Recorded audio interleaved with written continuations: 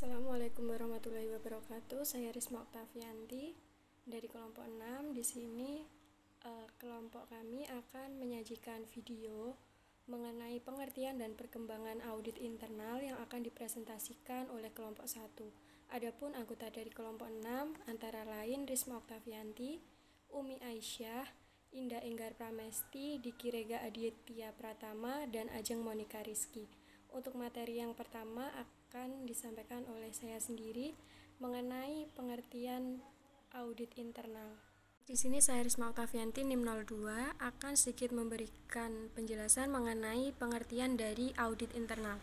Jadi perkembangan profesi audit internal dari masa ke masa memberikan gambaran peran dan fungsi penting mengenai keberadaan audit internal bagi suatu organisasi.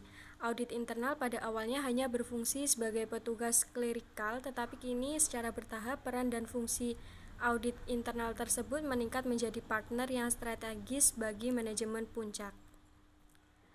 Kemudian The Institute of Internal Auditors atau IIA sebagai lembaga konsorsium auditor internal secara internasional mendefinisikan audit internal. IIA menjelaskan bahwa audit internal merupakan kegiatan assurance dan konsultasi yang dilakukan secara independen dan objektif yang dirancang untuk memberikan nilai tambah dan meningkatkan kegiatan operasi organisasi. Audit internal membantu organisasi mencapai tujuannya melalui suatu pendekatan yang sistematik dan teratur untuk mengevaluasi dan meningkatkan efektivitas pengelolaan risiko, pengendalian, dan tata kelola. Jadi, berdasarkan pengertian tersebut, terdapat pergeseran filosofi dari paradigma lama menuju paradigma baru mengenai peran dan fungsi audit internal dalam suatu organisasi. Hal ini ditandai dengan perubahan orientasi dan peran profesi auditor internal, yaitu dari peran sebagai watchdog menjadi konsultan. Kemudian, auditor internal lebih berorientasi sebagai strategic business partner bagi manajemen dan dewan direksi. Perkembangan yang terbaru lainnya adalah pendekatan perencanaan audit yang lebih difokuskan pada risk-based audit, sehingga auditor internal dalam penyusunan perencanaan audit tahunan terlibat dalam identifikasi dan analisis risiko-risiko bisnis yang dihadapi oleh suatu organisasi. Demikian materi yang dapat saya sampaikan. Selanjutnya akan dilanjutkan oleh rekan saya. Assalamualaikum warahmatullahi wabarakatuh. Di sini saya Diki Rega Aditya Pratama NIM 41 akan menjelaskan mengenai perkembangan profesi audit internal di dunia. Peran dan fungsi audit internal sudah dikenal sejak lama seiring dengan perjalanan peradaban manusia. Misalnya, pada kerajaan Romawi kuno sudah ada penerapan prosedur pengendalian internal dalam bentuk pendeteksian kecurangan pemakaian dana yang dilakukan oleh gubernur. Jauh sebelumnya, pada tahun 3500 tahun sebelum Masehi, juga telah dikenal tanda-tanda kecil yang dibuat pada transaksi keuangan seperti tanda titik, tanda centang, dan lainnya. Pada peradaban Mesopotamia yang berfungsi untuk memverifikasi laporan tersebut. Kondisi yang sama juga ditemukan pada peradaban Mesir, Cina, dan juga Persia. Pada perkembangan selanjutnya, proses audit tidak sekedar mendengarkan kesaksian untuk memverifikasi kebenaran informasi, tetapi dengan berkembangnya perdagangan dan pencatatan bisnis audit dilakukan pula untuk memeriksa catatan tertulis. Terlebih pada abad 13 telah ditemukan sistem pembukuan berpasangan oleh Lucas Pacioli di Italia. Pada masa revolusi industri di Inggris, audit sudah berkembang untuk melakukan verifikasi catatan tertulis dengan mencocokkan catatan dan juga bukti dokumennya. Sementara itu, di Amerika Serikat perkembangan audit ditunjukkan dengan dilakukan audit di perbankan dan perusahaan kereta api.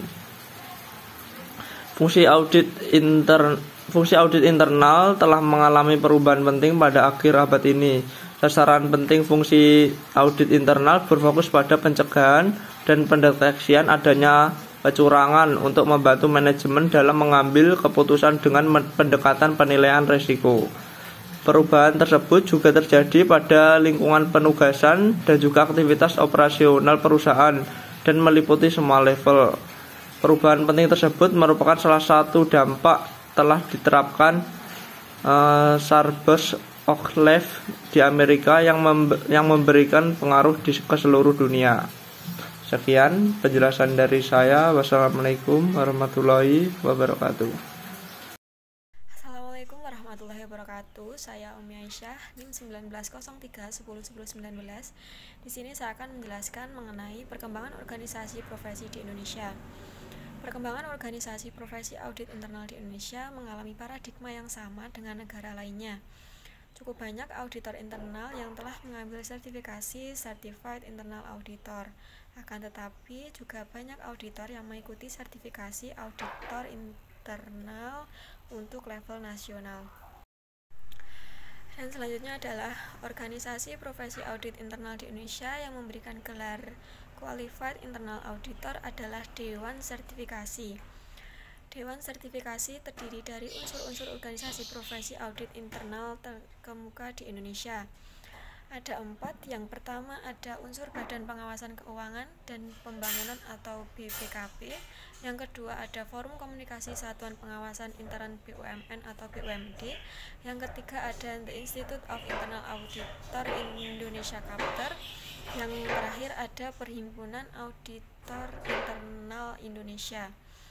Dan untuk mendapatkan gelar tersebut, para auditor dapat mengikuti pelatihan dan ujian sertifikasi Qualified Internal Auditor. Sekian presentasi dari saya. Kurang lebihnya saya mohon maaf. Wassalamualaikum warahmatullahi wabarakatuh. Assalamualaikum warahmatullahi wabarakatuh. Perkenalkan, nama saya Ajeng Monika Rizky dengan NIM 1903101046, ingin menjelaskan mengenai organisasi profesi internasional yang berhubungan dengan audit internal. Untuk menjadi seorang akuntan profesional, setidaknya harus melewati beberapa tahapan atau tes agar mendapatkan pengakuan yang sah, dengan salah satunya mengikuti program yang tersertifikasi. Penyelenggara program sertifikasi bidang akuntansi di Indonesia itu ada beberapa pihak. Yang pertama yaitu dari Badan Nasional Sertifikasi Profesi, lalu ada Ikatan Akuntansi Indonesia dan Institut Akuntan Publik Indonesia.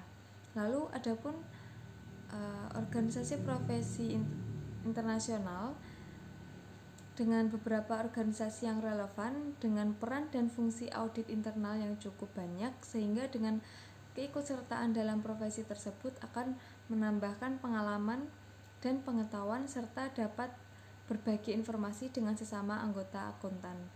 Dengan mengikuti sertifikasi itu berarti menunjukkan bahwa kompetensi dan keahlian itu dimiliki oleh seorang auditor. Adapun berikut organisasi jasa profesional, sertifikasi dan pendidikan berkelanjutan yang berhubungan dengan audit internal. Yaitu yang pertama ada organisasi Institute of Internal Auditors atau disebut dengan IIA dengan gelar sertifikasi yaitu CIA, CGAP, CFSA, CCSA, CRMA dan QIAL. Lalu organisasi yang kedua ada Information System Audit dan Control Association dengan gelar sertifikasi yaitu CISA. Lalu ada American Institute of Certified Public Accountants dengan gelar sertifikasi yaitu CPA dan CITP. Lalu ada American Accounting Association dan Financial Executive International, mereka tidak mengeluarkan sertifikat. Lalu ada yang Association of Government Accountants atau CGFM dengan sertifikasi CGFM. Lalu ada Association of Certified Fraud Examiners dengan gelar sertifikat yaitu CFE. Itu tadi adalah beberapa organisasi audit internal dengan sertifikat yang dikeluarkan. Sekian presentasi dari saya. Apabila ada kurang lebihnya saya mohon maaf. Wassalamualaikum warahmatullahi wabarakatuh. Untuk materi selanjutnya akan dijelaskan oleh rekan saya. Assalamualaikum warahmatullahi wabarakatuh. Perkenalkan, saya Indah Enggar Pramesti, NIM 38. Di sini akan mencoba melanjutkan penjelasan mengenai tipe audit, di mana terdapat beberapa tipe audit dengan penugasan yang dilakukan oleh audit internal yang berbeda-beda. Sebagai berikut. Ada 3 macam jenis tipe audit, yaitu ada audit keuangan, audit non-keuangan, dan audit tujuan khusus. Yang pertama kita akan membahas mengenai tentang audit keuangan terlebih dahulu. Jadi, pada audit keuangan, yaitu di mana kegiatan audit dilakukan terhadap sebuah transaksi, catatan akuntansi, dan laporan keuangan, baik di tingkat bagian atau departemen, ataupun di tingkat laporan keuangan perusahaan pusat.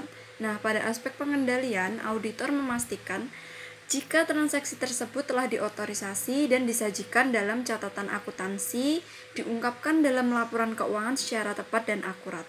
Itu tadi audit. Nah, yang berikutnya kita akan membahas mengenai audit non-keuangan, di mana audit non-keuangan ini meliputi banyak aspek, yaitu ada audit kepatuhan, audit kinerja, audit tinjauan struktur pengendalian internal, audit analisis pengadaan, audit sistem informasi. Jadi ada 5 audit yang ada di non-keuangan. Nah, apa sih audit non-keuangan itu? Yang pertama ada audit kepatuhan, di mana audit kepatuhan ini dilakukan oleh seorang auditor untuk memeriksa dan menentukan apakah aktivitas dan entitas tersebut sudah mematuhi hukum, peraturan, kebijakan, dan prosedur yang telah dibuat oleh organisasi ataupun pihak-pihak yang bersangkutan. Misalnya terkait peraturan pemerintah tentang kepatuhan perpajakan, upah minimum, dan lain sebagainya. Auditor biasanya memberi rekomendasi untuk perbaikan dalam pengendalian dan proses yang digunakan untuk mematuhi berbagai peraturan tersebut. Nah, yang berikutnya ada audit kinerja, di mana auditor memeriksa atau menentukan bagaimana suatu entitas itu membentuk unit kerja, mengelola penggunaan sumber daya secara ekonomis, efektif, dan efisien dalam memenuhi misi dan tujuan entitas. Pengelolaan sumber daya yang dimaksud itu meliputi prosedurnya, proses, dan kinerja personil yang melaksanakan fungsi pengelolaan tersebut. Yang berikutnya ada tinjauan struktur pengendalian internal, yang mana audit ini bertujuan untuk menilai efektivitas dan efisiensi aktivitas unit kerja, keandalan proses laporan keuangan, kesesuaian dengan peraturan yang berlaku, dan pengamanan aset unit kerja. Audit ini dilaksanakan seiring dengan pelaksanaan audit keuangan bagi unit yang sudah membuat laporan keuangan dan dilaksanakan tersendiri bagi unit yang tidak memiliki kewajiban untuk membuat laporan keuangan. Berikutnya ada audit pengadaan, di mana audit ini adalah suatu fungsi audit internal yang mengawasi pelaksanaan pengadaan barang ataupun jasa di lingkungan entitas tersebut. Pengawasan yang dilakukan oleh auditor ini meliputi seluruh proses pengadaan barang dan jasa dari perencanaan anggaran dan biaya atau RAB sampai dengan penyerahan barang jasa yang diminta. Jadi audit fisik merupakan bagian dari audit kepatuhan dan lebih efektif untuk mencegah timbulnya kecurangan. Yang terakhir ada audit sistem informasi, di mana hal ini bertujuan untuk menelaah pengendalian internal dari sistem informasi dan bagaimana orang menggunakan sistem tersebut. Audit yang dilakukan berupa evaluasi sistem input, output, dan proses, backup, dan recovery plan, sistem keamanan dan fasilitas sistem informasi. Audit dapat dilakukan pada sistem yang sudah ada maupun yang baru dikembangkan. SKAI memberikan rekomendasi atas perbaikan sistem informasi yang digunakan. Tipe audit yang ketiga ada audit tujuan khusus, di mana ada 3 aspek yang ada di dalam auditing tersebut, yaitu flow up audit, audit investigasi, dan juga audit identifikasi. Yang pertama flow up audit, di mana audit yang dilaksanakan sebagai tindak lanjut dari hasil audit yang telah dilakukan sebelumnya. Audit ini dilakukan baik berdasarkan permintaan dari auditee maupun berdasarkan perintah dari entitas tersebut.